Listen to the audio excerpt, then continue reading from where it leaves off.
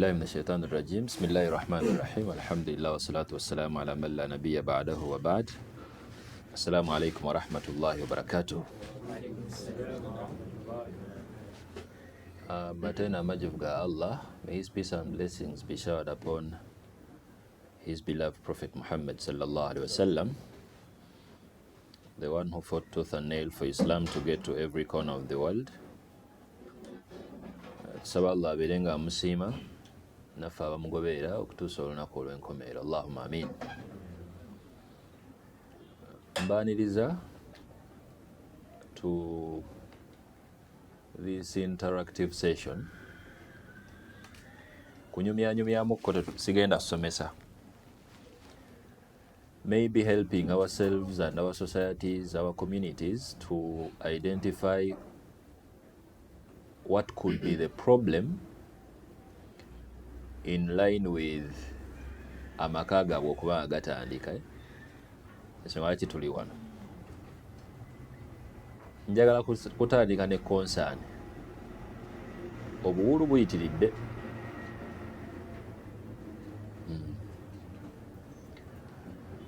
Ate oba okkanya nange, it's not because abantu tebaliiwo, but maybe one of the challenges are luzungu lutuufu olwo sibanga njokyezza. One of the challenges diri ngamba is one of the challenge is abantu webali naye bagenda kwesangawa. Awo kwesanga abantu abalungi besangawa kuba kati wetugamba ku ssomero kiringa ekyadibadde bamutemu aba university baagala kwewasa. Owa university yeetamu okuwasa owaki owa university anoonya atali waki owa university. Ki ekirala byonna abantu obuwulu weebuli ge mazima weebuli wano, naye si lwakuba abantu tebaliiwo, naye temulina bye mugenda kwesanga, and you need to appreciate that. But I think what we might consider is tugenda kweyamba tutya. Kubanga kati omwana omuwala asobolera ddala okukula, muwala mulungi talina buzibu, naye mu butaba na buzibu obwo okufuna muntu munne atalina buzibu agenda mumugjawa. Talina wagenda kumujja. It is today that we have even realities ate kati wotandika katemba w'okukola katonda wange okukola, oli muvubuka, ikonomi ya Uganda mugimanyi, bw'otayiriba tobaawo. Kati olina okuyiriba, olina okunoonya gogera otandika naye amaka, olumaliriza olina okutomerako ku kimu. Bw'abeera mwana muwala akola bw'akomawo ewaka, akola bw'akomawo ewaka, akola bw'akomawo ewaka, bw'otagwa mu space eyo home and job, kiba kikoze eki? Kiba kiweddere, like tolina ogenda mumukola ki? Musanga. Kiyinza n'okuggulawo omulyango nga omuntu omu ali introverted, si muntu wa patepate, anyumirwa nnyo ewakaawe ne byalina okukola. Of course tatagenda okwetega lulimi lulingumu okuswazaswazamukko, naye nga realistically era aba alina okufuna omuntu gwalina okukola ki, gwalina okubeera naye. Ye tabbu eyo nze ngibawadde, naye simanyi wana mwe mugiraba. Ate nga waliwo ne illusion endala, people thinking abantu webali. Omuvubuka omuto yeegumya, ye walaba abawala bangi, walaba statistics abawala abazaalibwa bangi, alabira ddala abakyala be bakola ki? Bawera. N'omuwala kyekimu, walengera abasajja gamba nti abasajja bakola ki? Basajja bangi, kumba adiba. Kati yeeyo issue, muyambe ku nsi muteese, tutambulire awo. Bagenda kwesanga wa? bagenda kwesangawa oba tuteekewo abantu abalungi gye beenoonyeza tuteekewo ye beenoonyeza mu ddalasa tetulina nabo beenoonyeza newe tuba bakukiyiiya tukiyiiya tutya ekyo wetudedikera kaseshoni kaffe ku ekyo nga tumaliriza yes tutandike ne baseeka alowooze kasavu kanyama seeka abdusabulu wuno nakyeka alina ensonga olwedde seeka abdusabulu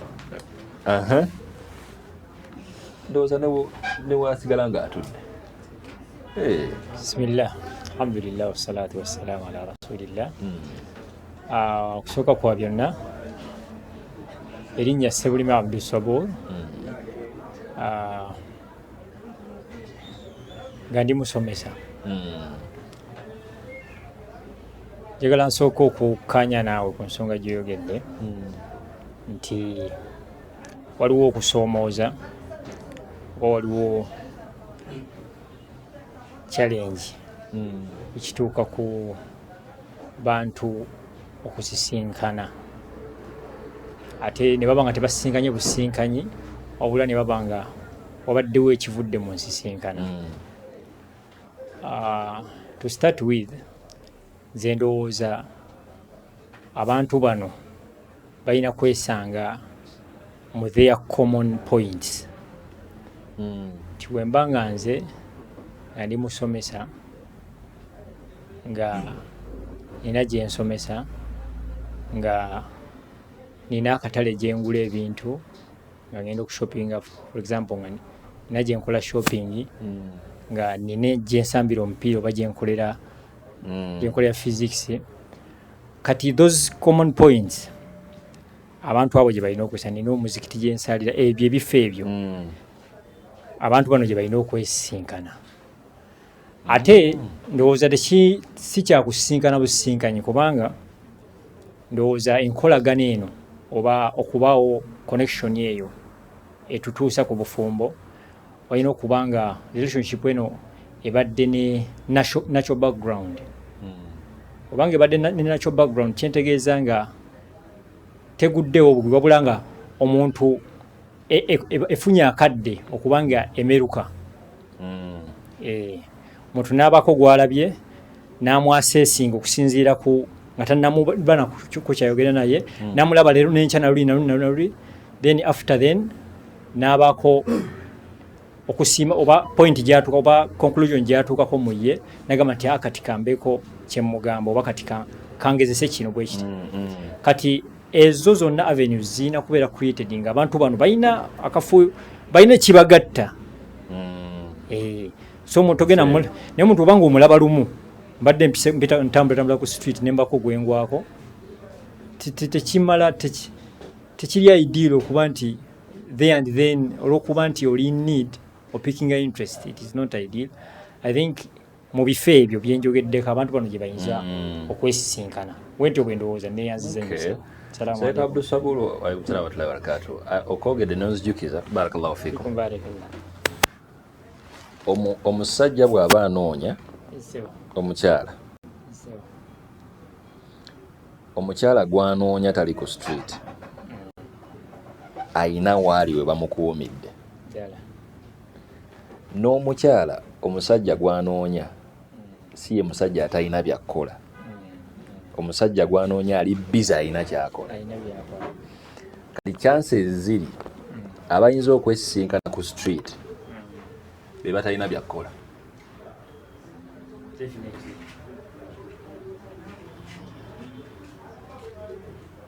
Kubanga pointi mugitegedde, teri musajja wa mulamwa atabala ddakiika ja 3 agenda zimalawo. Either ali ku mulimu, either alina maama we bataata we, oba alina makaaga agamu, oba ali walabira nti acontributinga asaana okubeerawo. Teri mukyala alina makulu agenda kubanga just akola gwa kutambula butambuzi, Kati ogenda okulaba nga my worry is bano abantu bonna abalungi, it's like they are distant from each other. Ate be bateekeddwa okukola ki? Okukwatagana. Now it opens the door to another reality nti abantu abeefumbirwa n'abeewasa mu bukyamu nabo ate bayitirira because of that reality.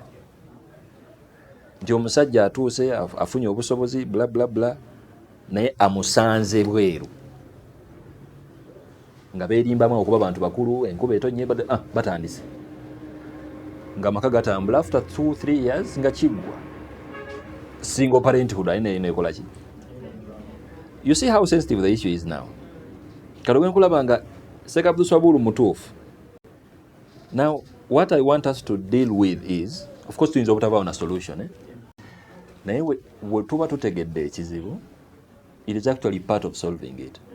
Kati ogenda okulaba nga kati Ssekabdu Swabulu ali busy, bw'ataba ku mulimu ayina waali nga ateekeddwa kubeera awo. Bw'aba tafunye muntu gw'agenda kuwasa nga ali mu fields ezo oba awantu mu gaps ezo, tagenda mmukola ki? Tagenda mmufuna. Kyekimu n'omukyala ki? That's it. Omusajja gw'oyagala ayina ebyokukola, ate gw'oyagala oyo ayina ebyokukola. Tagenda beera ku kkubo, tagenda beera mu programs tategeerekeka, tagenda beera mu trips zitayina mu mulamwa. Now chances are abo bonna abalungi beeri wala bonna, kaate abatalina makulu ne bejja beegwako ne byanguwa. Bakati omuvubuka ali bwe talina nnyo byakukola, ayina essaawa nga 8 mu lunaku tezirina kyakukola, kubira. Naawe olina obudde bungi nnyo, mweguddeko awo somewhere ne mucyamukamu awo for 1 year like 2 years ne mumaliriza nga temwewasiza naye nga mulina abaana babiri. Now that is a very sad reality. Sina no solution, just nkirowoozaako bulowooza nokuba mpangala nammwe wano naye ogenda okulaba nga weekiri. Ssekabdu Swabulu barakallahu fikum. Naima abasajja mugenda bajjawa? Assalamu alaikum warahmatullahi wabarakatuh. Erinnya Mbabazi Naima, ndi musomesa. Shay ndabira ddala oba nga tulina kuddayo ku nnono ezedda. Ennono ez'okwefunira? Ate edda baali beefunira, baali babafuniranga. Kubanga nga bw'okyogedde nti waliwo omusajja omulungi ali eyo, he's busy. Ayina byakola, he's not going to be seated, nti togenda musanga nga ali idle. Waliwo n'omukyala omulungi ali eyo nga she's also busy. You're not going to find her nga atudde. But waliwo abantu abakola ki? Ababalaba. Mulimu abantu ababalaba nti Naima nti omuntu ono muntu mulungi alimu ku mulamwa, nti noono alimu ku mulamwa, nti kaŋŋambe nti muzadde ayagala obanga some parents bw'alaba omwana we emyaka gituuse naye nga talina kyamulabamu kyali mu kukola. Some parents they take that responsibility okulaba nga bafunira ki? Bafunira abaana baabwe. But tekikyalinga nga kyedda nti no, they are going to force them into marriages, but they will find ways to connect them. Nti nalabye mutabanyi wa gundi nti munaye tunoonyezeeyo kuki? Ku muwala omulungi ow'empisa biki ayina eddiini. Bwe bakigambye ng'amanyiyo omuwala akola ki? Ayina empisa. Naga nno omuwala wa gundi ayinza okuba ng'akola ki? Ayinza okukola, bayinza okukwatagana. Kati in that form abazadde oba abantu abakulu ne bagezaako okubagatta nti like they make things happen, they meet. Bayinza no ba meeting naye nga bo bakifudde nti no ba meetinze nga tebakigenderedde naye nga yabadde intention mu ngeri yaabwe. Awo abazadde baba basinkanyiza abantu abalungi abali bize naye nga basobola okukola ki? They can be partners.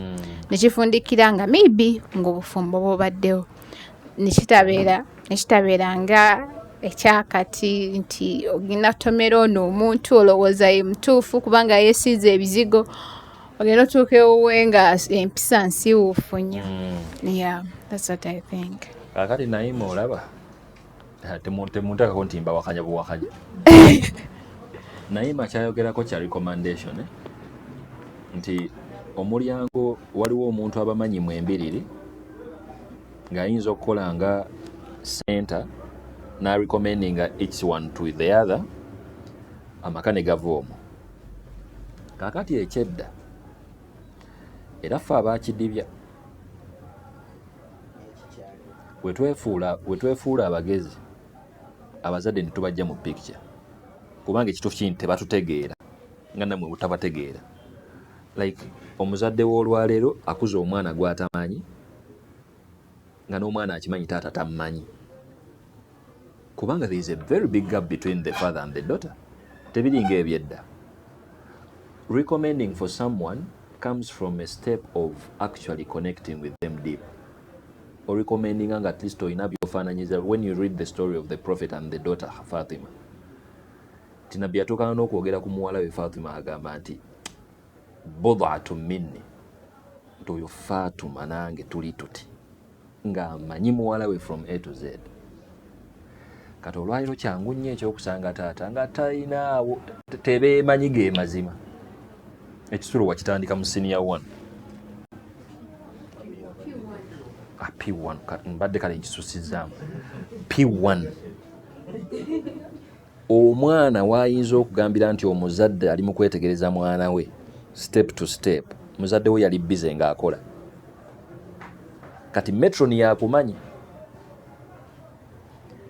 paka P7. Kati mukyala gwe twogerako n'ayingira secondary kusoma kuli serious nnyo. Mwana watabeera mu secondary mu kisulo aba afudde akitandikiddewo mu senior 1, senior 1, senior 2, senior 3. Fees ewaka abeerawo emyezi egitaka wansi w'ena n'esatu omwaka kugamba nti ali waka akola ki nga ne waabeeredde ewaka abazadde be tebakola ki. Now kiggulawo omulyango omulala kubanga abazadde tebamanyi mwana gwe bagenda ku recommendinga, n'abazadde b'omulenzi tebamanyi mwana gwe barikommendinga walala. Tekiri just ku bazadde. Tekiri nti no just omuzadde yasobola okurecommendinga omwana. Tekiri nti no omuzadde abazadde basobola okurecommendinga omwana. Cause era nga bw'okyogedde nti metron amanyi omwana, basomesa bamumanyi nti society eyinza okuba nga emanyi omwana n'okusinga even abazadde bakola ki n'okusinga abazadde bamumanyi. Tekyesibiridde nnyo ku muzadde cause nga bw'okyogedde it's true. Most of us, our parents, they don't know us. Tebamanyi okay, they know our names, they know but they don't know truly who we are. But the society we live in, the teachers, even at work, oyinza n'okubeera ku mulimu ate nga bakozi banno bakumanyi nnyo okusinga n'ewamwe. So I'm talking about the society, the community that this person is living in. Esobola nayo okuleeta abantu abalungi together. Mbadde ndi mu kukimenyaamenya mu ango nga bbiri nti n'omukyala gw'onaawasa concept ya hajb,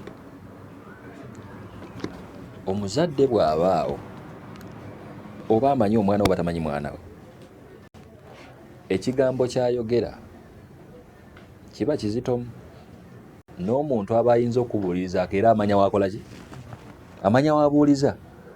Now that is a reality with us today. Ti omuzadde waliwo kati drama ali awo, omuzadde takola ki. It opens another door. Kati katugambe baani ab'emikwano tube bayinza n'okurecommendinga ali kuffe wallahi wano nga bestiwo ddala omuwasisitawo.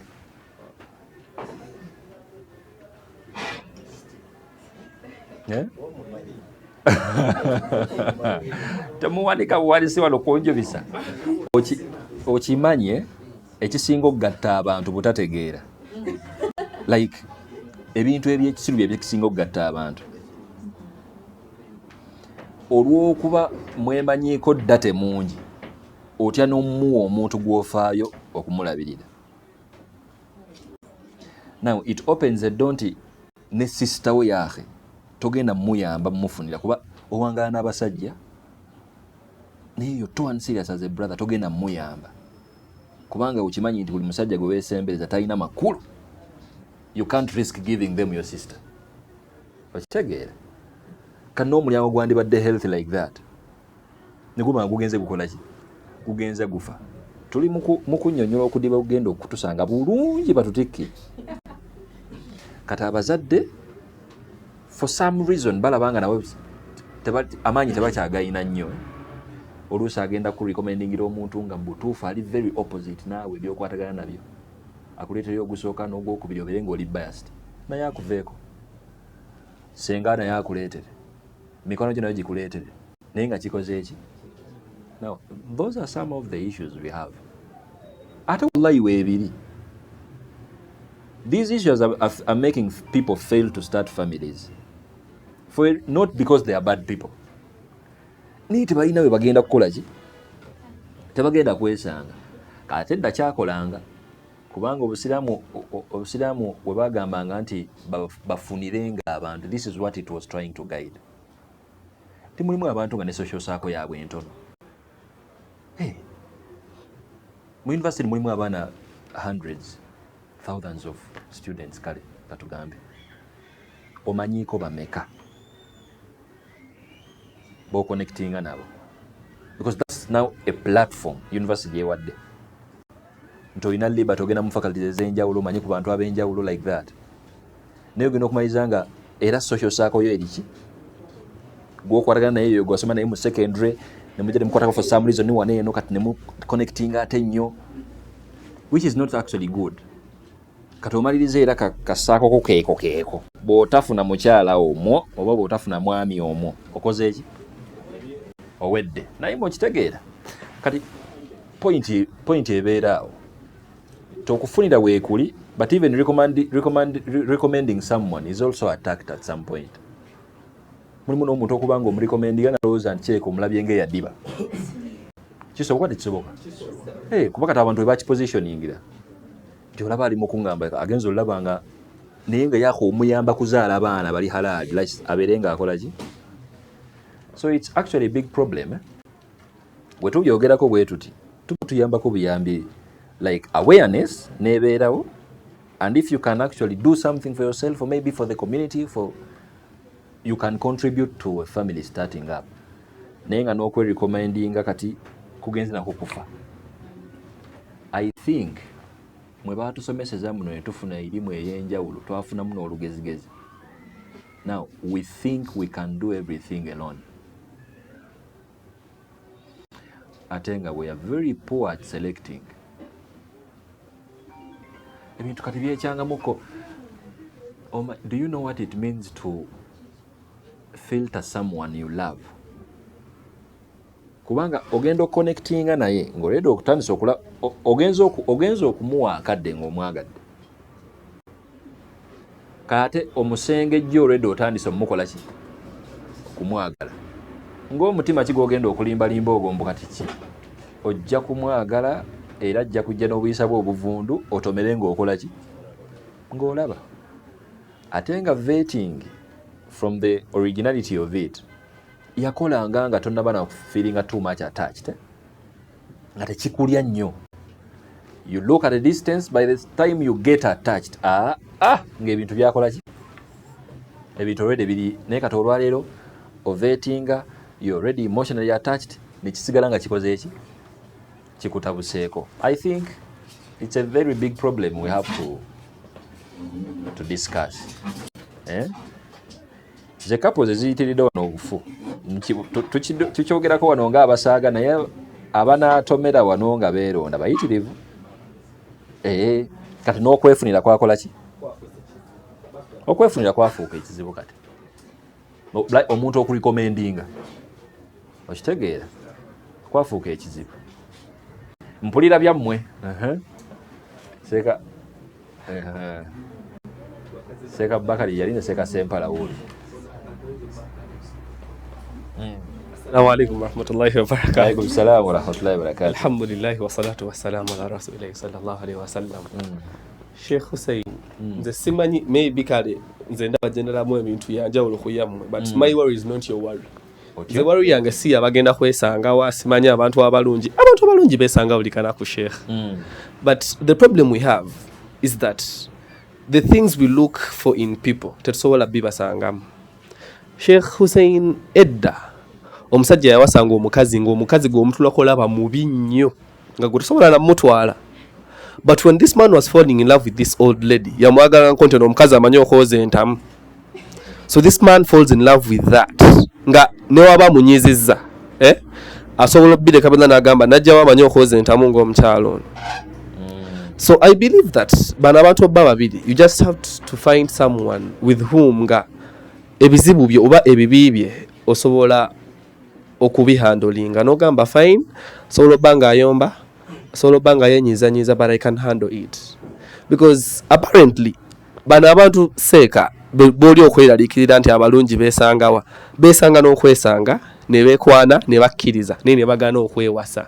Reason being they are all afraid of something. Omusajja ayinza obba nga yekyatya alowooza ono omukazi ayinza obba nga she's not enough for what I want.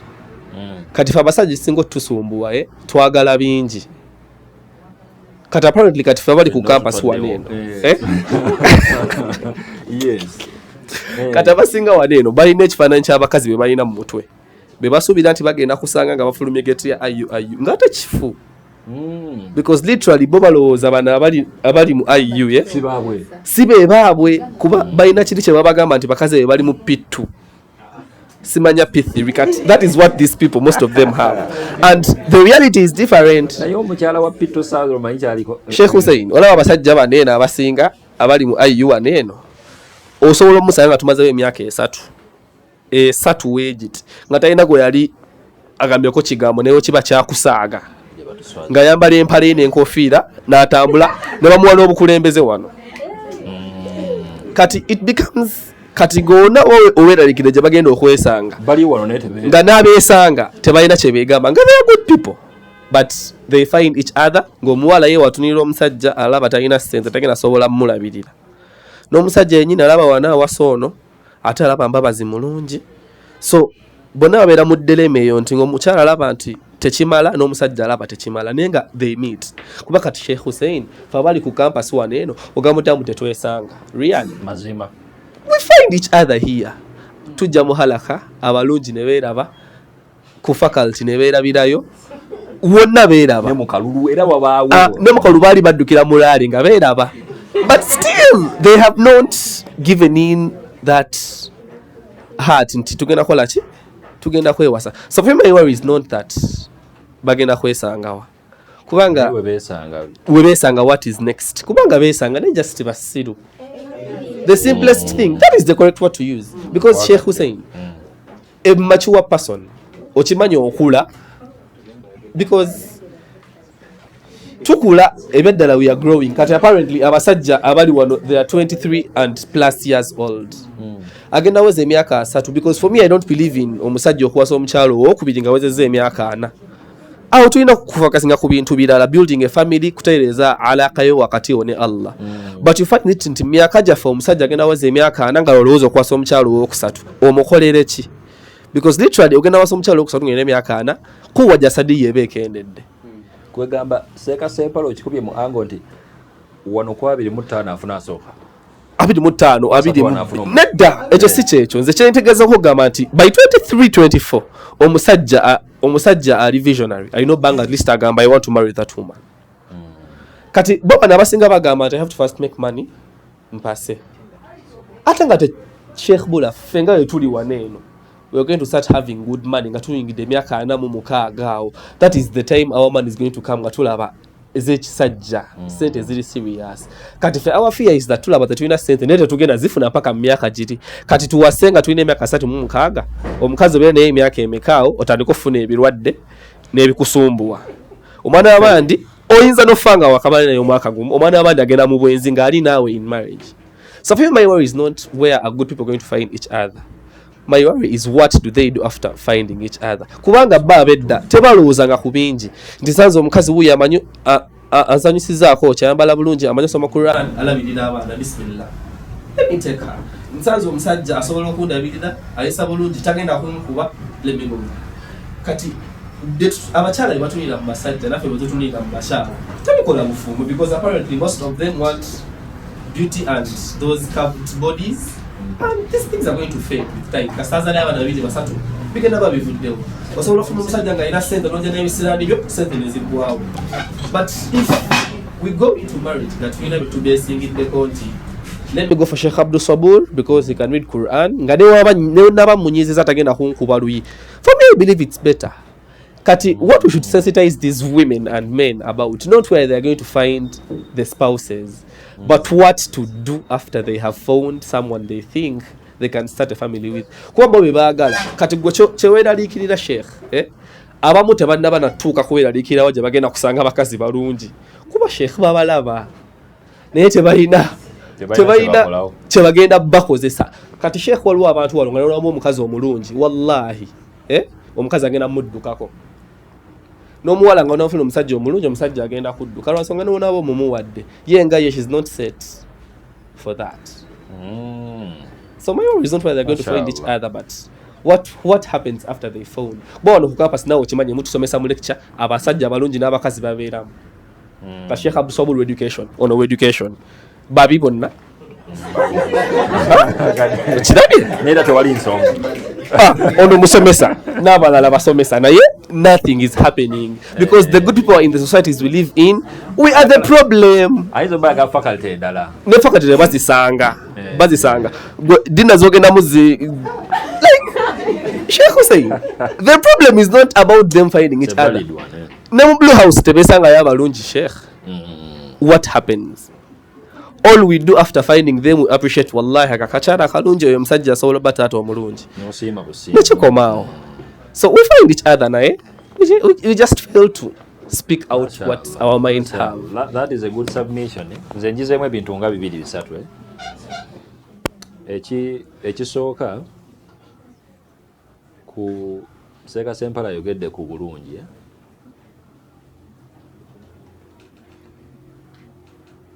omukyalo omulungi yaliwa yafaanana atya like omunayuganda omulungi omukyalo omunayuganda omulungi si tuyu naye tu Uganda omunayuganda omulungi tumi omunayuganda omulungi y'omuntu oba ngambe kale agezaako omukyalo omulungi yagenda omumanya nti ndi mukyala wa muntu and I have to be submissive to him. Because I believe the moment a woman understands that I'm under Sheikh Hussein, that alone makes her beautiful. You can find it that if I have married a woman who's submissive to me, osolo wasaba chala balala basatu, bonna n'obeesonyiwa ku lulwe. Lwansonga ye agenda bakuwulira. So to me, a good man or a good woman is someone who's going to listen and understand. The rest are just bunyongeza anti mulungi alina akabina alina ssente naye obanga butuufu like it's a good submission naye I think we have a big problem n'okumanya obulungi bw'omuntu on both sides naye I think it's a big problem and it's a challenge. Ensonga ey'okubiri gye njagaddemu Seeka Sempala gy'ayogeddeko nti abantu basobola okwesanga naye ne balemererwa okuanalyzinga obusobozi bwa buli muntu. Waliwo ekintu kye ndowoozaako wano nalowooza nammwe kankibabuuze nti omusajja asobola oyinza otya okumumanya nga tofumbirwangako?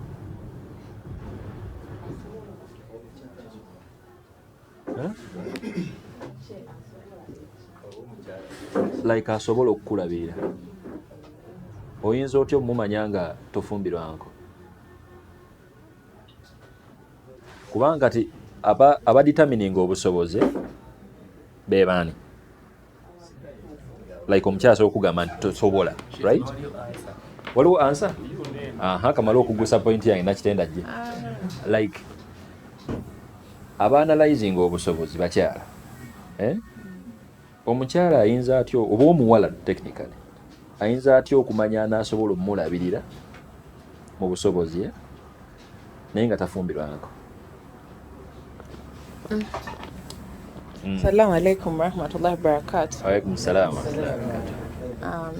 Erinnya yange nzina Kitende Najwa nga nkola like ebintu by'okukolagana n'ensi ez'enjawulo.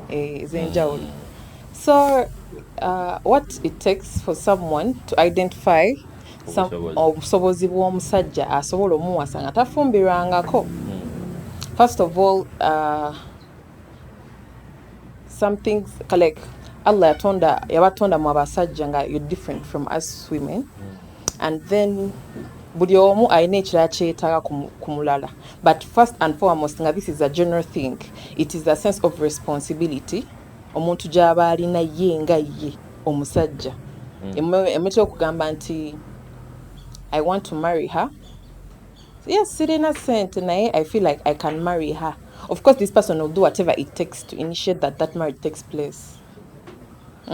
Kale kugamba okitadde kubanga ateekeddwa okubaako nekyakola. Ateekeddwa okuba alina okuba nga olina kyolagawo nti nno kituufu njagala kuwasa. Kati kankisuseemu katono nakitende. Ddi lw'omanya nti akusobola nga tannakuwasa oba nga amaze kukuwasa n'alemererwa? Kati we have an advantage nti omuntu wajja oku approachinga wabawo abamwetoolodde nawe olina abakwetoolodde. Nze mbeerako nkola obwa FBI. I love to investigate. Okitegeera? Akola wa yeeyisa atya? Baani abamwetoolodde? How does he conduct himself? What is his sense? Like ensi agiraba atya? Because one thing I've realized is that there are things that we want, but then we don't need them. And there are things we need. Sometimes you cannot know what you want until you get it, and sometimes you don't know that you need something until you get it. You won't know that you don't need something until ngotusemu yembeera nomanya kino nkyagala nate sikyetaaga. Okitegeera? Kati someone talked obuza someone ku beauty.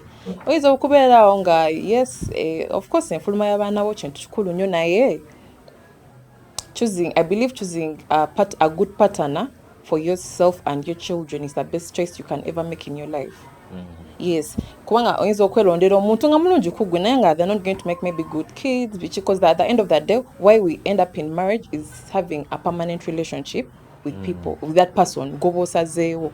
Omuntu oba omwelondedde nga wuwo. The kids will find their own future. Mamujja sigala babiri, maybe until death does you part. But then how you can identify someone, nze I believe omuntu omulungi asobola okuwasa. Nga nawe tofumbirwangako like, because tuba tetumanya ebintu ebimu. I believe if someone has like 60% of what you want, actually what you need, go for them. Okay. That's if they also make you like, because what I know, if someone is really serious about anything, they really show that in this serious. Inshallah. Kyenjagadde okuggusa. Thank you Nakitende. I think abakyala bandi considerinze nnyo okutegeeza abaami bano nga baboogereza nti babasobola than okubalaga nti tebabasobola, because it has not helped. Like ekiriwo kati buli ajja kale mbamba lumbi naye buli muvubuka bwagezaawo okwogereza omukyala kyangu nnyo ku receiving a statement like tonsobola, togenda kunsobola, other than motivating them to do something asobole okubanga akukola ki akusobola. Tewaliwo society yali ekulaakulanye nga mmwe temumotivatinze bagenda bawasa kubalaga nti babasobola. And that was the point I was trying to get at. Ate ng'olwaliro kati kinene mulina engeri gye mumenyamu ekirungo ekifuula bano abaami abasajja ne balabira ddala tebalina mulamwa ebaana talina bukadde bubiri ku account. Okumuyamba nti omusupporting omumotivate tekitegeeza nti omuwe ku ssente zo, naye kumulaga nti you can earn me if I told you do this and this and this, n'obeerawo and then naku earninga with guidance of you. That is how prominent ladies in history met their husbands. You know the story of Prophet and Khadija. What happened? Khadija yazimba nabbi, si kumufujjirira ssente azeyagaliremu azoonoone. Of course yamufinancinga nga muddawa and so on, ne nabbi yalina ssente ze ng'omuntu, naye yamuyambako okumukola ki, okumuzimba. And what people are doing right now, you're not available anywhere, but you want fruits afterwards. And that's the big problem now. Never no chechimu. They are not respecting any lady because bakimanyi nti yalina kufuna bufunyi, bw'anaafuna ssente agenda kukola ki, agenda kufuna. Now you're disrespected even with presence of money and you're not earning. Like simanyi oba point evaayo bulungi. Ono afunye ssente yalowooza nti kati afunye obusobozi, naye nga deep down it doesn't only take money to win you. Weetagayo n'ebintu ebiki, ebintu ebirala. N'okubeera mu mansion nga okimanyi bulungi tolinaako wadde idea gye wali wadde bba yazimba mansion ebyo, erina engeri gyetanyumaamu kubeeramu. Like technically. Now those are realities that are learned people can actually see as issues. Ne degree y'okutuula wansi w'omusajja ng'ekituufu kiri nti tosobola na kumuwa magezi mu international relations, naye ng'ogiyinamu first class. That is a big problem, eh? Nenga you're not lacking anything, like you're just being made docile mu bwongo. Nga environment gyolimu tosobola kukkiriza kukola ki? Exactly. Kati kyensonga lwaki mbadde njagala twogere ku bintu ebyo. Olaba ng'obuntu obutonotono, but realistically these are very big challenges. Ensonga era gye mbadde njagala okuyitingako nga tunaagenda baseeka Bakare, seeka Sempala gy'ayogeddeko. Bannange, I think ekyejo kingi, ekyejo kingi ate ku sayidi zombiriri tetunnaba kutegeera what it takes to actually have a family. But singa otandika okulowooza ku baana bo b'otannaba kuzaala, ogenda kufuna omukyala oyagala toyagala. Sooka osukka okumwagala, ogenda kufumbira ekyenkyasima, agenda kukusaniiza ebirevu, sukka waawo katono olowooze ku baana. You will get married. Kyekimu n'omwana omuwala, sooka weerabire out, weerabire ice cream, weerabire okusitulamuko, lowooza ku baana. You will decide to start marriage. Simple. Abantu abakyasinza okuba nga beesaasira, because marriage is not for convenience, ge mazima. Si kuwummula. Obviously we always say this. Togenda kuwummula. Kavuyo kennyini, like mugenda kwemalako kavuyo, going to risk, mwemaleke tabu, mwenyize, mukole bitya naye nga mulina obulungi omukola ki. It can even fail actually, but you will still long to take that decision. Kati wetujjamu ekyejo ekyo, we are going to decide. Kati Seka Ibrahim atukyusiza dimension. Mweraba ge mazima naye temulina kye mukola ki. Naye wallahi kigenda kuluma ogira okyabizanyiramu. Abaana abalungi we bali bakwetoolodde, abasobola okubeera abakyala bo, wadde ogwo akulemye, ogenda gwa mu kadiba k'abakyafu nga bakwetoolodde we bati, nga mwolina okuselectinga at least atali mukyafu nnyo, mutandika amaki, mutandika amaka. The same applies with the ladies. Babeerawo wano ku campus, babaawo abavubuka, mulimu abatalina mulamwa, mulina n'abalina omuki omulamwa, weebali.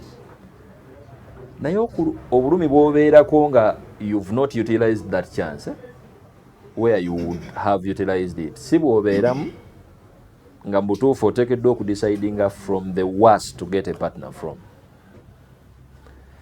Byebyo Seeka Bakari gazindaalukako.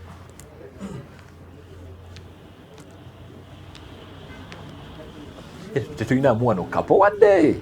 Assalamu alaikum warahmatullahi wabarakatuh. Amanya Abakari Twaha abasinga bampita Abu Mulaika olwakawala kange. Nina ensonga siza amanyi nnyo nebaza shehe olw'ebigambo bino. Abantu bagambye nti oli musuubuzi ssebo. Ndi musajja musuubuzi ate nina agency, clearing agent as well. Statement yalina evudde side eno bw'obuuziza nti omusajja asobola afaanana atya oba abeera atya, nagamba ajja kukola investigation. Si bwe guli these days we fake life. Era mubeerewo nga mukimanyi nti obulamu tukola ki tubufeekinga. Omusajja asobola ofeekingira ddala obulamu bw'ati ne tutambuza emyaka 2 ng'obulamu tubufeekinga nga tekyo ekiri. Ayagala kirabako adde ebweru ave ku university ajja kitegeera. Wano ku university mujja biraba. Ndi musajja musuubuzi, nina omukyala kano ngenda kayisaawo. Nalina omuwala gwe nayagala okuwasa yali wano ku university nga mulungi. Munansonyiwa kano kayisaawo sinalaba mulungi yali amwenkana kuba yali mulungi. Mwekubireko nammwe muli kyategeeza. Wemuli ge mazima. Yes. Shehe bwe tutuuka ekiseera kino incident ngireeta bamanye nti gye tuli ebweru is more different from where from the university. Kituufu muyinza okuba mweraba wano life etambula omulungi tali mulungi biki ogenda fuluma ebweru ku university ogenda kuvaako ng'emyaka 20 mu emeka obeerewo abazadde bo oweze ogambe nti njagala kumala kukolamu mpezeemuko ku ssente zange oweze ameka nkakakasa owaasa totasobola kubeera namba emu. Allah akuba kusaasira kwa Mungu. Nawasiza shehe omuwala yakomyewo ng'akola ayina ssente ze nangamba njagala kuba mukyala namba 2 ewange. Nze ndi musajja mufuna mpola nekwatakwata oyinza obulamu sinaweza myaka 4 naye njagala ogamba baganda bange bano kyetutunuulira ku ssaawa eno bwe tunayagala okufuna omukyalo omulungi naawe wemanye levozo z'ogwamu. Tyo manya wa woogwa.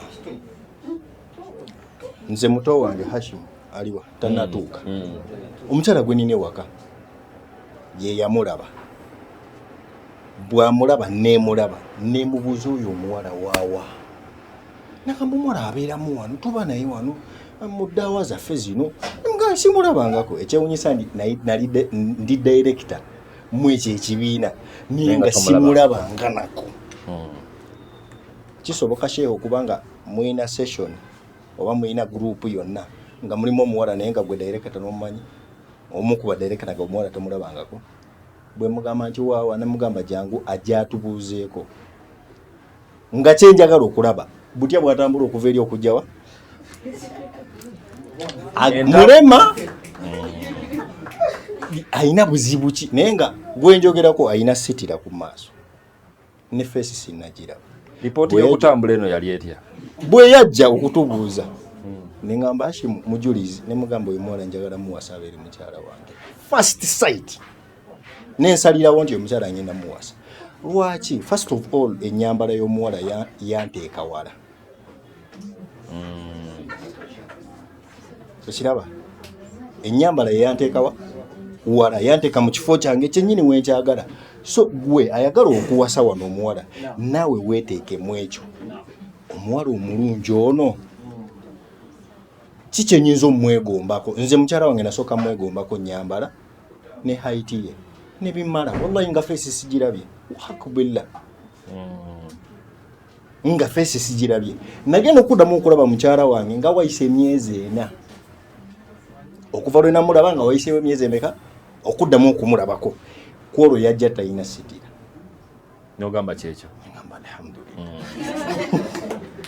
So wano eno saidi yaffe twenoonye wa wetugwa n'omukyalo omulungi mutunuulire ffe tubeera ebwire eyo ne tulaba bano batera okuyitamu batera okuyitamu bayitamu ogenda okukola bwotyo university oyayiseemu naye wawaayise nammwe mwegendereze we muyita ojja kuyita awantu nze nkulabe ng'ate ono mukwano gwange Abdusabur ajja ngambye nti seeka nina omuwala gwe nalabye ku university naye oyo nja kugamba neddawo togendawo lwaki nze yakulabye wawe wayise kitegeeza omuwulu yegendereze wawe atambulira ono abawulu begendereze wawe bakola ki so mukyala wo gwe gw'onoowasa sayidi eno omulungi mwegombeko ekyo ekiyinza okuzimba amaka go wallahi kino mbalayirira tuli wano abamu mummwe either oba muli bafumbo oba temuli bafumbo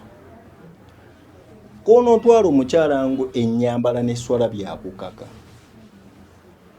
esswala eyinza okubeera oke abamu basaala omusanga asaala naye ng'ayambala kano kawano kokka nayambala empale olusi babuyita batya buno obusweta nayambala n'akantu nga kalinga guno ogusaati gwage n'ayita mu ttawuni okiraba naye omukyala buli lwanaabeera nga ennyambala yeekusikiriza nze muli eri ndowooza nti kyangu nnyo okudifininga omukyala omulungi ng'ajja mu nnyambala ye n'enjogera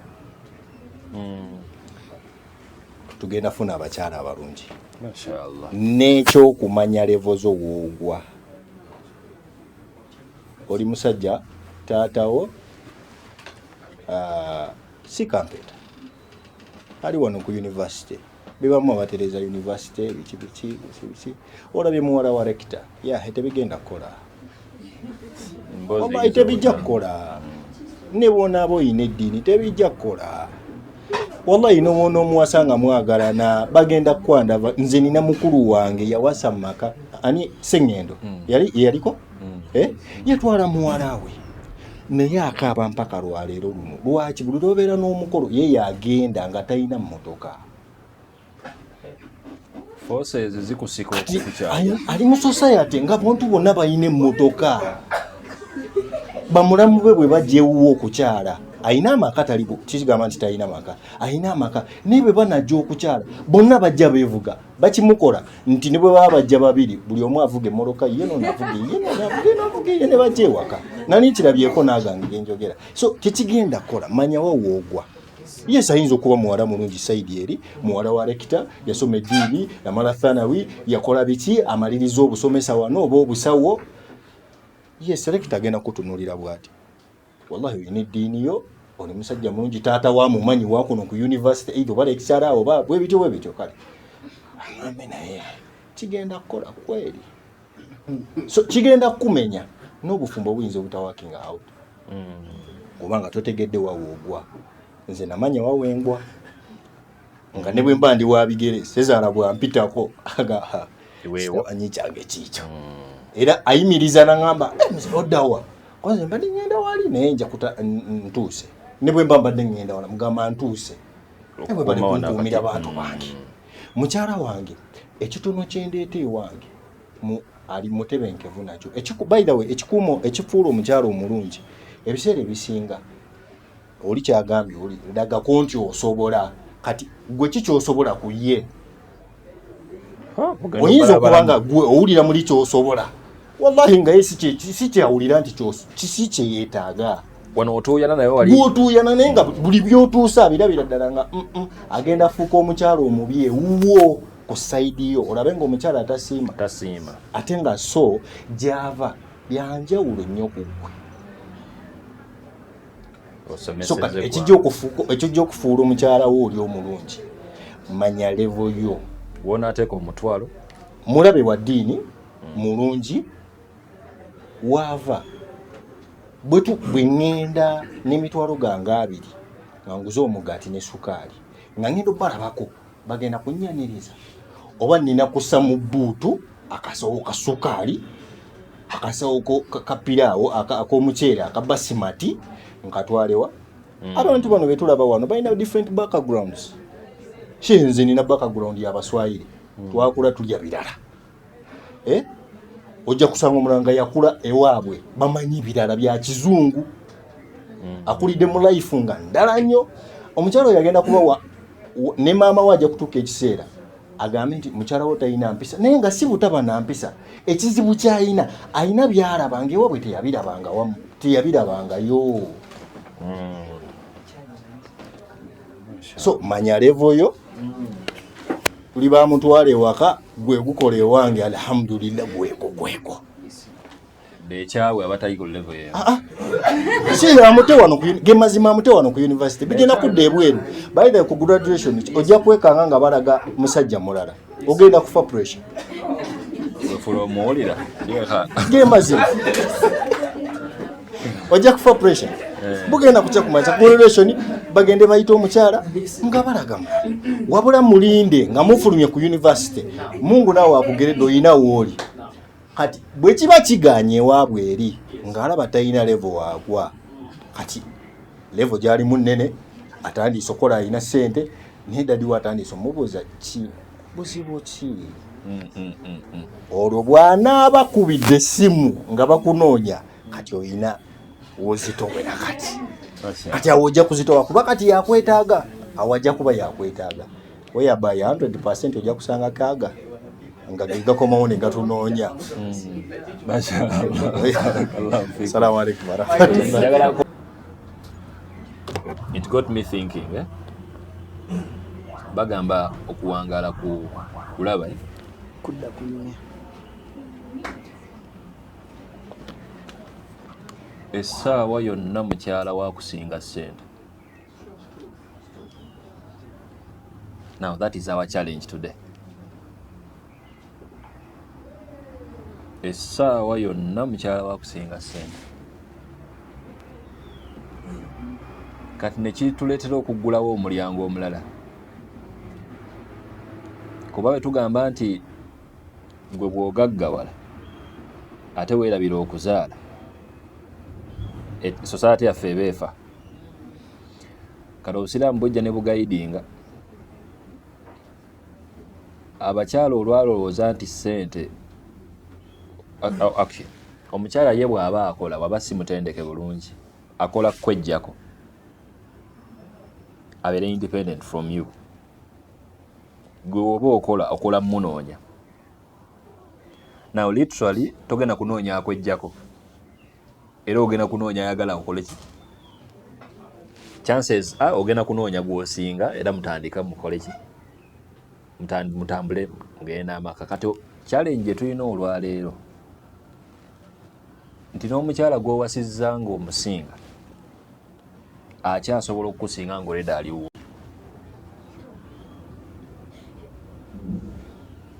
Mwenna musomi, mwenna muli basomesi. Maybe bawo already akusose mu field emyaka nga 3 ate ali ku government ali akasente ka government kali awo kabwerere. Kati gwozze okozeyo omwaka nga gumu for some reason oyina office gy'oguddemu ministry ya education for some reason. Kati oli mukama waani? Oli mukama wa bbaawo obufumbo bufe tebugenda ffa. Naye ate chances ziri nti bbaawo bw'aba musajja mufirika wa wano afazaali yeenyiiza mu bitaliimu era bufe. Obuzibu bwaffe bwana oba nedda. Kati ensonga ogirabanga entono naye wallahi eri sensitive. It is sensitive in a way nti omusajja ali responsible gw'oyagala ye musajja atayagala ssente zo. Naye ate oyo ali responsible ate yakulabanga threat. Kati n'osigala nga you're going to attract abatalina nnyo makulu naye nga ate already oziina. Kuba nabo era weebali ku katale. Omusajja ng'agenda kukwebbuliriramu bw'ati akubbe bulungi ng'akuzaddemu n'omwana ate amala akukole ki akuleke. Kati omaliriza waliwo jjaamu ku musajja ali responsible naye ng'ate oyo ali responsible ate tayagala gwe alina ssente ali empowered ennyo kubanga agenda okubalabalamu bw'ati nga tagenda kukusobola ate gwe gw'oyagala olumala ng'olulimi lukyuka ojja kunsobola wallahi ndaba onsobola ng'otandika omubalira nsobola okusula wano bwe nti njagala nkola okitegeera. Now that's our challenge today now. Wali mu kusooka tonsobola, waliwo reality egiyinza okujja nga mu butuufu olabira ddala kukola ki. Kati obusiraamu we bujja ne butuyamba okumenyaamenya nti waliwo provision eri basic. Teriyo hadisi ne weeba nnafu ng'eyogera ku data oba makeup okulaga nti omusajja akusobola. Zaalinga straight osobola omuliisa ng'enjala emuluma, osobola omwambaza n'atatambula nga ali bwereere, olina osobola omumuteeka mu kitiibwa kye n'ayita weewaka. Ansa bw'ebeera nti eri yes omusobola, and that's the beginning of it all. Discussion ejja luvannyuma, nsinga sente tugenda bisanga luvannyuma because that's our problem now today. Naye ku ntandikwa waasula wuwo emmere gwamugulira ku bajeti yo era omwambaza mu buki mu busobozi. Provision eziri secondary nayo ziyingiriramu mafuta, kyekirala data, trips, upkeep, obuntu tuwe butyo nga omanyi naawe amaka agali mulaavu obubeerabeeramu simanya kugira bwoti it comes as addition. Era musajja wabanga akola obwo obuli addition naye ng'ebiri basic tabikola era obusobozi abatabukola ki abatabuyina sira bba bwabumuggyako dda. Akasinza okunnyumira awo is to identify the challenge we have today. Tikati waliwo obwetaavu bw'abaami okwetendeka nga tebannawasa bw'otabe bakwasaganya omukyala ali empowered. Kubanga temusomye nabo ate we muyingira akatale bagenda kusooka kufuna emirimu nga temunnafuna. Kuga gwolina okulabirira alina omulimu naye gwalabirira tolina muki. Kati ekyo wekibanga kiri ku percentage ya 60% mu society. Buli campaign eri ku girl child empowering seeka bw'oteerwaneko toyina maka oba n'abakyala bateerwaneko era tebalina maki tebalina maka. Yes. Katono nnyo kisigala kwongera ku kiseeka kyayogedde. Assalamu alaikum warahmatullahi wabarakatuh. Nina Jessica njagala okwongeramuko ku kigambo kya Sheikh. Kuba n'abali wano abatono bendabako ani ayinza okuleka omulimu ku lw'obufumbo bwe?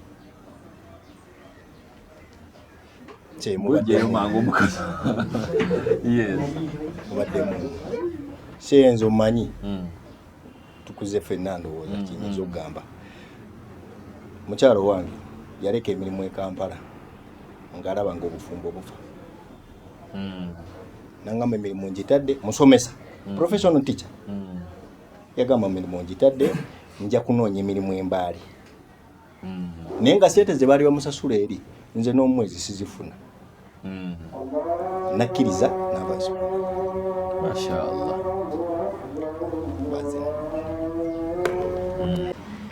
Ajate asaba Assalamu alaikum warahmatullahi wabarakatuh. Wa alaikum assalam warahmatullahi wabarakatuh. Amanya n'eddoboozi yenze asaba Aisha. Mbadde njagala kwogera ku nsonga y'okulekawo omulimu. Otyo? Okulekawo omulimu kintu kikulu nnyo ku lw'omuntu gw'oyagala. Naye ye gw'ogulekerawo ali willing okubeera naawe ng'omulimu togulina. Ekitegeeza? Kategeeza kyafa. Nsobola okulekawo omulimu gwange. But ogenda kukola bye mbadde neetaago okwekolera. Ekitegeeza? Kubanga okubeera n'omulimu gwange nyambibwako okukola bye mbadde neetaaga nze nga nze omuntu neme kunyigiriza nnyo. Naye singa ndekawo omulimu gwange eno making sure nga buli kimu ogenda kitunulamu, buli kimu gwagenda okituulamu. Ekitegeeza? Kati omanye ensonga lwaki abaami n'abakyala bawukanye nnyo ensangi zino. Lwa nsonga nze neewaddeyo ng'omukyala newaddeyo nyimirire naawe but you're doing otherwise ekitegeera nze ng'omuntu kindekawa of course tugenda kwawukana because you cannot stand with me but you want me to stand with you as a human being woba otudde n'ofumiitiriza kikola amakulu nsobola okulekawo omulimu gwange fine for you but only if you're also going to like to submit to me because I've heard you guys are talking about submission but submission gye mwogerako y'abaami bokaffe abakyala nga tusubmitting eri abaki abaami bo basobola okusubmitting ewaffe ekitegeera fine nina okusubmitting ewuwo what does submission mean? I don't think submission is a 50-50 like it's 100% thing. I feel like it's a 50-50 thing. If I submit to you, you're also going to submit to me because watu onka kukola gwe kyoyagala but you cannot do what I want you to do. Obufumbo bunasigalawo. Thank you very much. Tukyali kubya kukola ebyo. Waliwo kenzijukidde wano kenjagadde okwogerako. Ndowooza pointi enkulu bw'obanga mukyalawo takola okucomparinga omulimu n'obufumbo I don't think it's a fair comparison. Obufumbo banayi bwa bbeeyi tubujje ku musaala gwa bbeeyi mu ngeri omukyala akola ayina kuba mature enough mu bwongo obutakkiriza mulimu muttira maka ge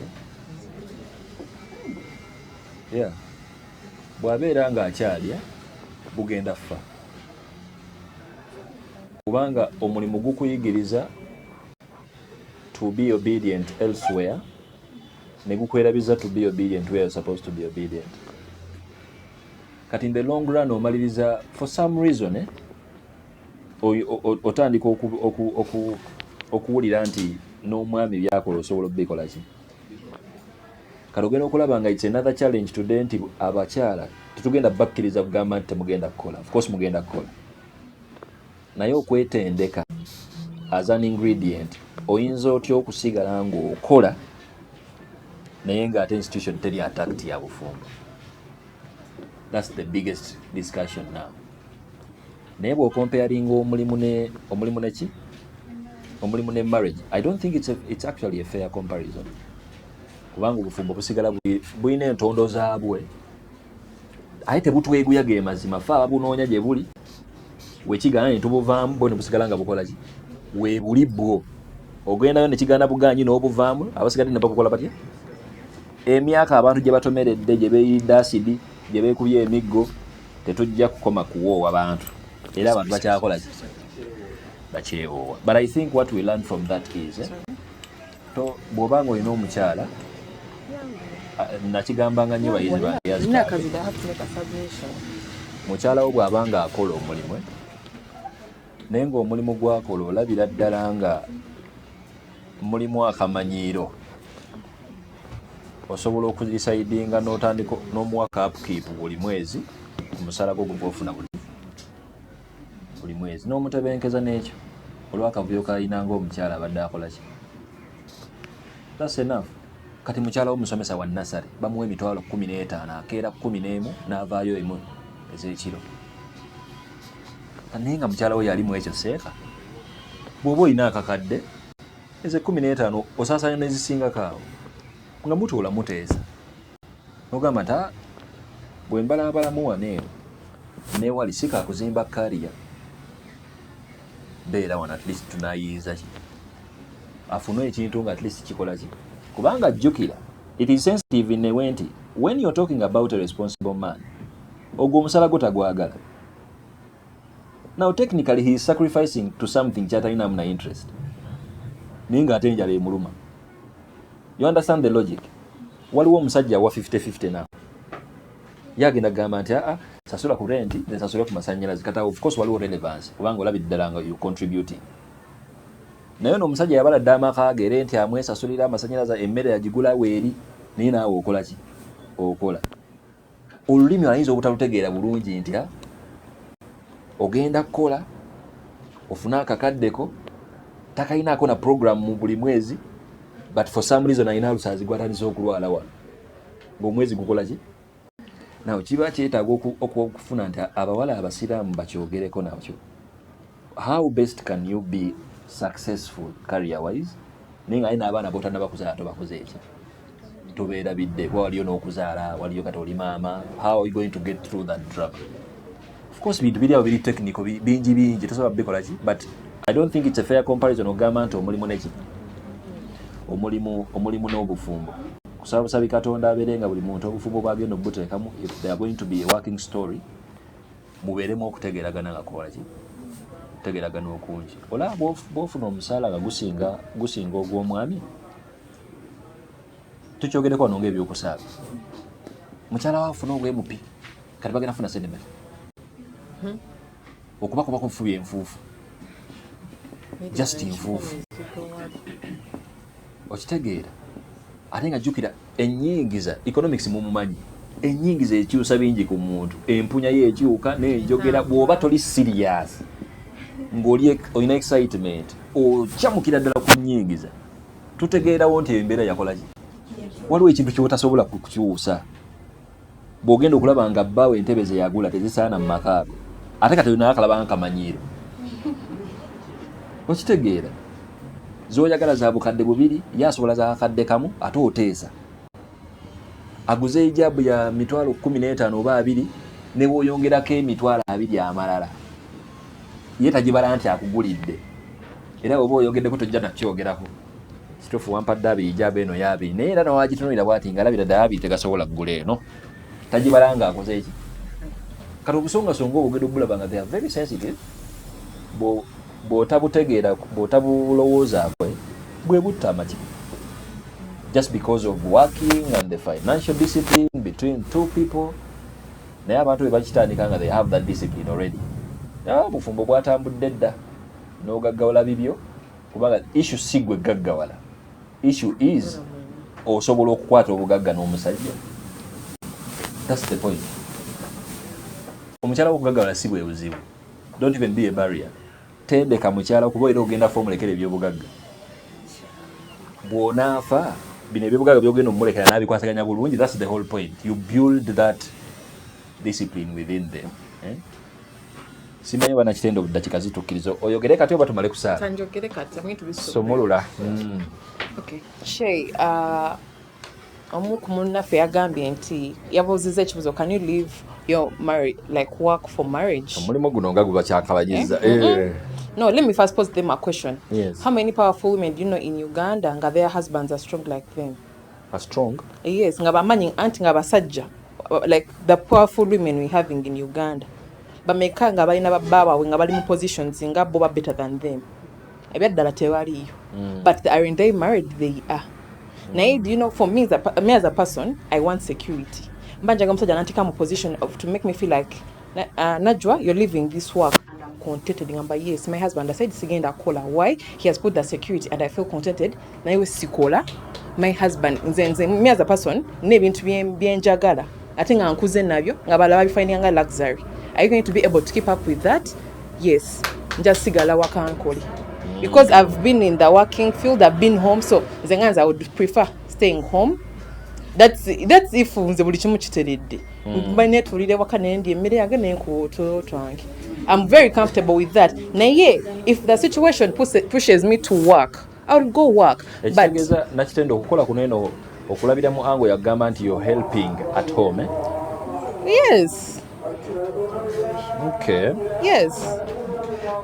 Mbasagala like that's if my husband makes me feel like it's what he eats. Tuba tujja kukola fenna. Naye kitali ekyo. If you don't create that security, it won't be there. Kitegeera tumala okuzaala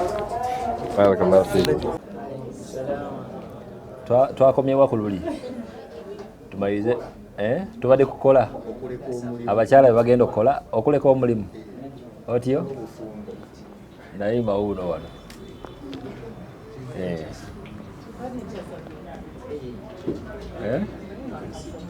yes Naima Assalamu alaikum warahmatullahi wabarakatuh. alaikum salam warahmatullahi wabarakatuh. Shay nkyali ku nsonga y'okukola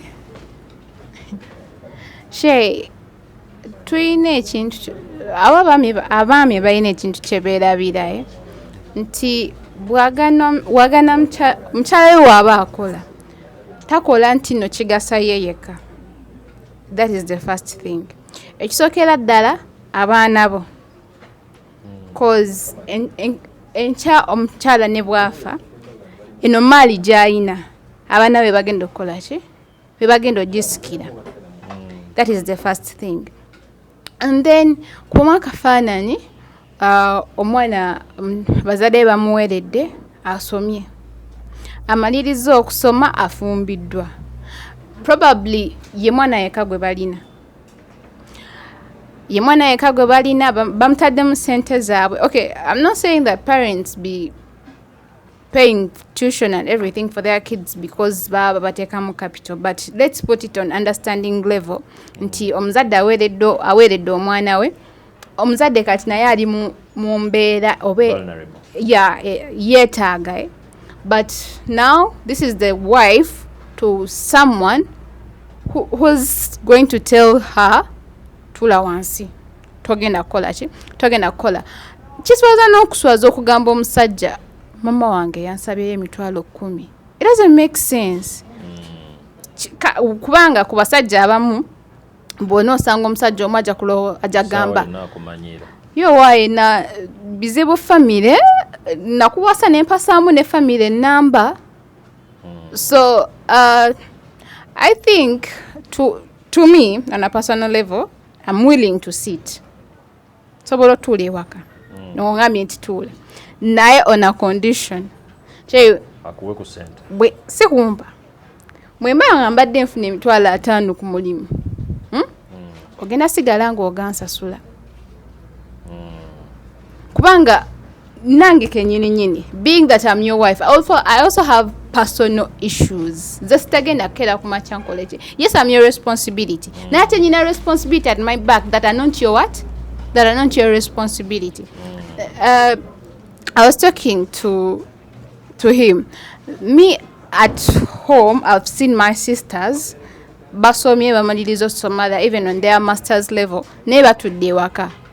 Naye batudde waka because abaami babagamba tula waka. Batudde waka naye abaami babakola ki?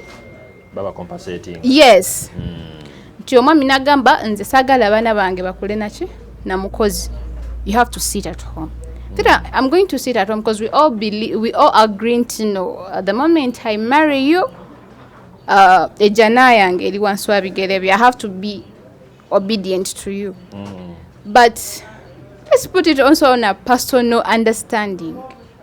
Ekitegeeza okukola kuno si bintu bya ku practicing a profession, building a career, kintu kya ssente. Kasitaba nga asobola okuwa akasente.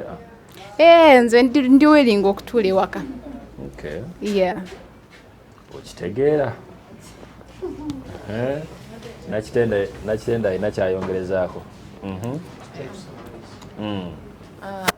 Like nabadde I was still my point about working for abakazi, it is about more security. Zengazi security nekirala kisinzira position Allah jaba kutaddemu because sometimes you can pursue a career but then it is passion. You can work out of not wanting to be bored. No gamba can call it just to kill the bored. Waliwo omukyala ayagala okukola because just kyawulire nga avuddewo kewaka. Hey, tunakyo kisoboka cause nokubeera mu environment emukikutama. Yes, no gamba. Let me go. Naye Allah kati nature advantage abasajja gye balina naye nga bamutamanyi gikozesa it is here. Omukyala yena wakkiriza n'agamba I'm consenting to get married to you. Aba akwewadde. Naye mu kwewa kwe amaanyi omusajja gayina eri omukazi that Allah fe yatonda nga we are so much emotional. Ate mmwe kibafuula ab'amaanyi it is your like omusajja atalina that maturity ya emotions, emotional intelligence. Kati omukazi waba mwe state yo kuba emotional like most of the times she reasons most of like out of emotions because she's attached to you maybe or what, or this is a person who can do anything for you once you make them feel like it's worth it. because there's one thing about everything, it is for abakazi tutera banekyo kibata fear for the unknown. That's why we want the security. Nja omusajja ngamba najwa tuula ewaka naye nga nze sigenda kutoma wallahi nja tuula cause nange oba onyambi naye togenda kuŋŋamba tuula ewaka nga n'ebintu ebiri basic tobireeta tuba tetujja kukwatagana okitegeera ekitunga ekyo so n'abaana bennyini tebaagala kukola bano abali wano tebaagala kukola tebaagala kukola mulimu abataagala kukola sente tezirabika bakoowa nnyo naye sente zijja mulimu abataagala kukola kyokka ate you know what's funny, most people who are like that, primitive in thinking, beba baagala kufoge mpaka kuwulira bubi agambe saakuwasa tokola kino like okitegeera ng'ekyo literally yes, you're my husband, you're my source of jannah, but then you have to be my friend. We have to banga toloteesa kitegeeza ki you have to be my friend like ngoli mukwano gwange nyinza okerabira kwa naye mukazi jukiza ne tukwogerako nga mmaliriza ngoli mukwano gwange like we are married, but then we can talk about things even outside marriage nga like we can nga tunyumya nga temulimu any kind of pretense nti we nakola kino bajja kunchawa bajja kunjajinga like nga it is a free life like bingi shay naye nga ekyokukola babaleke omusajja okutuleka kyandibadde awo naye put someone in the position where you want them. There are things a woman can do nga tomugambye naye nga gwe just omutadde mu direction gyoyagala abeeremu. That's another power that Allah gave men, not boys but men. Was that necessary? No, Allah yabawa power ng'omusajja asobola oteeka omuntu mu line nga oluusi nga ntolina mugambye namugamba ye naakulabulabi n'agamba kino tebannaba mumanya kugikozesa. Abamu bagikozesa in a way they want to be authoritative and dictative balese politics mu bufumbo. Okitegeera ekitunga ekyo.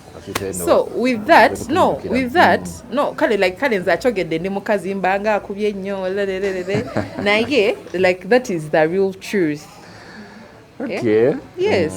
Put someone in a position you want them to be and make them feel like it's worth it, because at the end of that day for you omaringa omukazi nambeemu ngo you miss kale watomera olina chances endala 3 omukazi ayina age kategeeza kyako like waba yatomera kwasooka tamugoba jasa ayinza obutamugoba n'abeerawo n'amaana afuna ye gwayita the woman of my dreams naye nga wano gwakumalidde ebiseera oba kiki okitegeera ekintu ng'ekyo so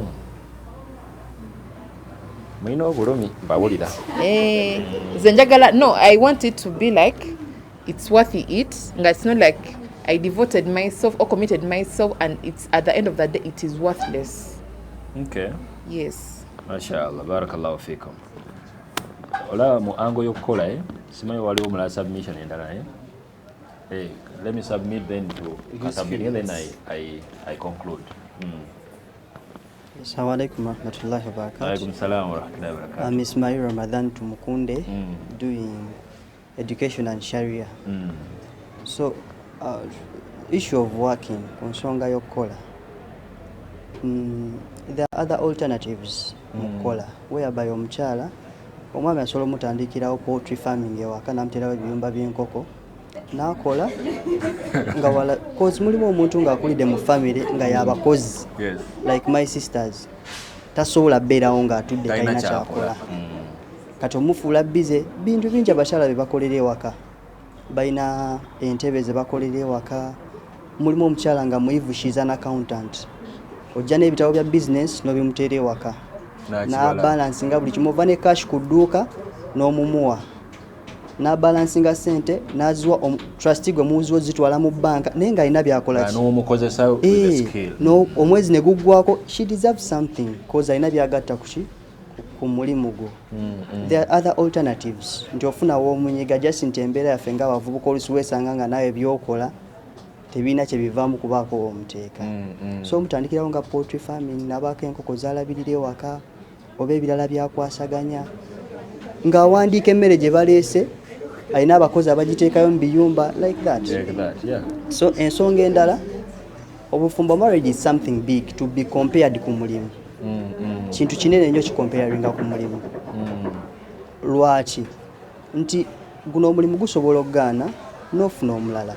Osobola opozingamu omwaka okukola n'osooka n'osetolinga embeera, naye famire yo, abaana b'okukula nga balina ekifaananyi kya maama mu bulamu bwabwe. Kintu kikulu. Oluusi kuba obufumbo bulimu bingi ebinyiga ebisukka okukola, n'okigumiikiriza ne mubaako engeri gye mukihandolingamu mpola mpola with time, ne mufuna oba omulimu oguli beta kwogwo oba ogukufavoring okusinga kwogwo. Just nti ffe tutunuulira omulimu, tutunuulira nnyo omuntu okkeera ku makya n'agenda mu kikuubo oba n'agenda mu ofiisi mwalina okukola n'akomawo ssaawa 4 ez'ekiro. Ffe tulina bamaama bakola naye obufumbo bwabwe babukuumye era batukuzizza. Naye let's try to look for other alternatives. Omulimu eguba nga gusaanyaawo obufumbo, kkiriza omulimu gw'ogufiirwe, obufumbo osigale ng'obukuumye. Olw'ensonga okyasobola okufuna omulimu omulala ogubufavoringa, n'ate kizibu nnyo okufuna obufumbo obulala obuli serious in this generation. Mashallah. Barakallahu fikum. I think concluding kakulu nnyo okujjukira nti abula nange kugamba akafaanise kabusabulu ng'oli semaka otuuyana n'okola buli kimu amaka ago gabeerewo, naye nga mukyalawo alabira ddala nga bwe bamugoba ku mulimu edduniya eno emulemye with your presence. You know what that means? Mukategedde bannaye, gyewe ya okategedde, gyewe takategedde. Mukyalawo akola with the responsible man gwe twogerako, ayina gy'akola, bamuwa akasente ke bamuwa, ne wabaawo obuzibu obubeerayo eyo, omulimu ne guvaawo. Mu bwongo bwa mukyalawo n'amanya nti edduniya eno kati bamukubye omuggo ogusembayo asiraanye mu nsi muno, but with your presence. Wallahi tewali musajja gwe kisanyusa. You need to know where you put your priorities. In presence of your husbands, takoowera bwereere kumuswaza mu ango ng'eyo. Omukyalo omufumbo nga bbaawo agezaako okulabirira. You don't act desperately with jobs. Kirekere a category of people that needs to be like that. Ne woba obagaininga ku mulimu, ne woba like you don't act desperate. Kuba bbaawo wekali mugwa mu matu tiweeyambudde engoye nga bakugoba ku mulimu, ng'olabira ddala omulimu gukoze eki, n'oyogera ebigambo bingi bingi. In the long run omuswazizi, kubanga obanga agamba nti takola ki.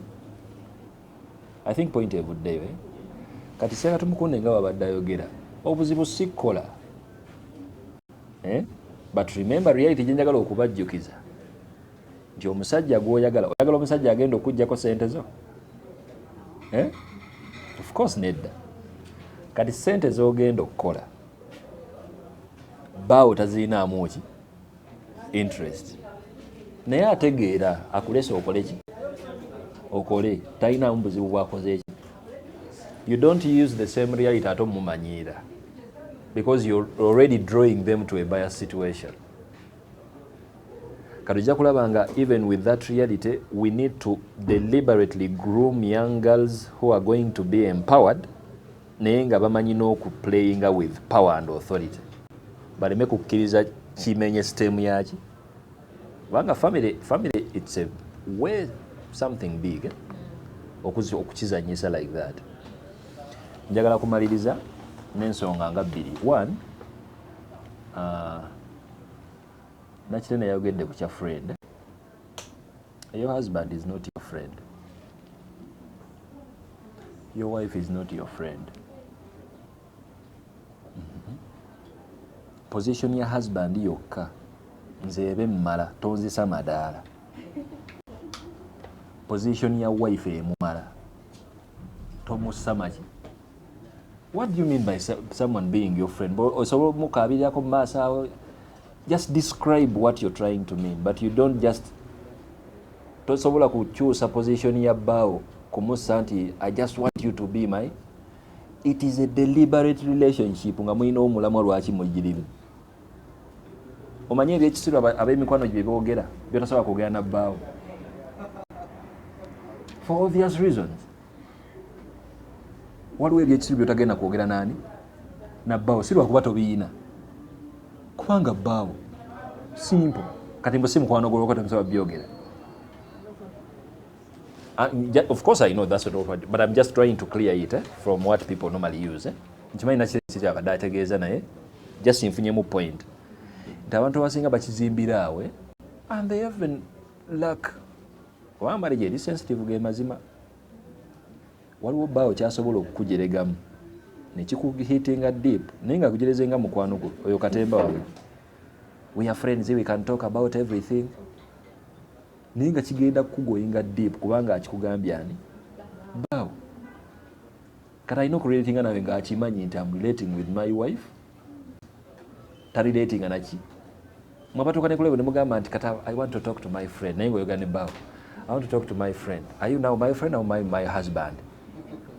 Musooke musirwalemu ono nga mwogeranga friendship. Obwabba we bukomawo.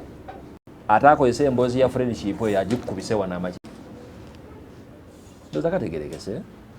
Now marriage is not having that for its trade. Of course omuntu okubanga bbaawo kimala bumazi mukwano gwo muyogera tomukweka wamwesiga dda n'okwesiga bbaawo naye nga tomwesiga nga mukwano gwo. There is already a problem. There is already a problem. Like atuuka atya okubeera bbaawo nga temuconnecting to that level. Okitegeera? The same applies with the wife. Omuntu okubanga already mukyalawo, it's just enough. Akumanyiiko bingi abakyala badde batakola ki? Batakumanyiiko. So I think all this interaction has been in that respect. Saba Allah fenna abeere nga atuguidinga to the best. Atugulirewo wallahi tukole ge mazima. Tukole. Aye nakyogerako I remember sometime nga bw'okola n'ekitiibwa kizimbe. Osobola okubeera omwavu mu byenfuna naye ng'oli mugagga mu kitiibwa.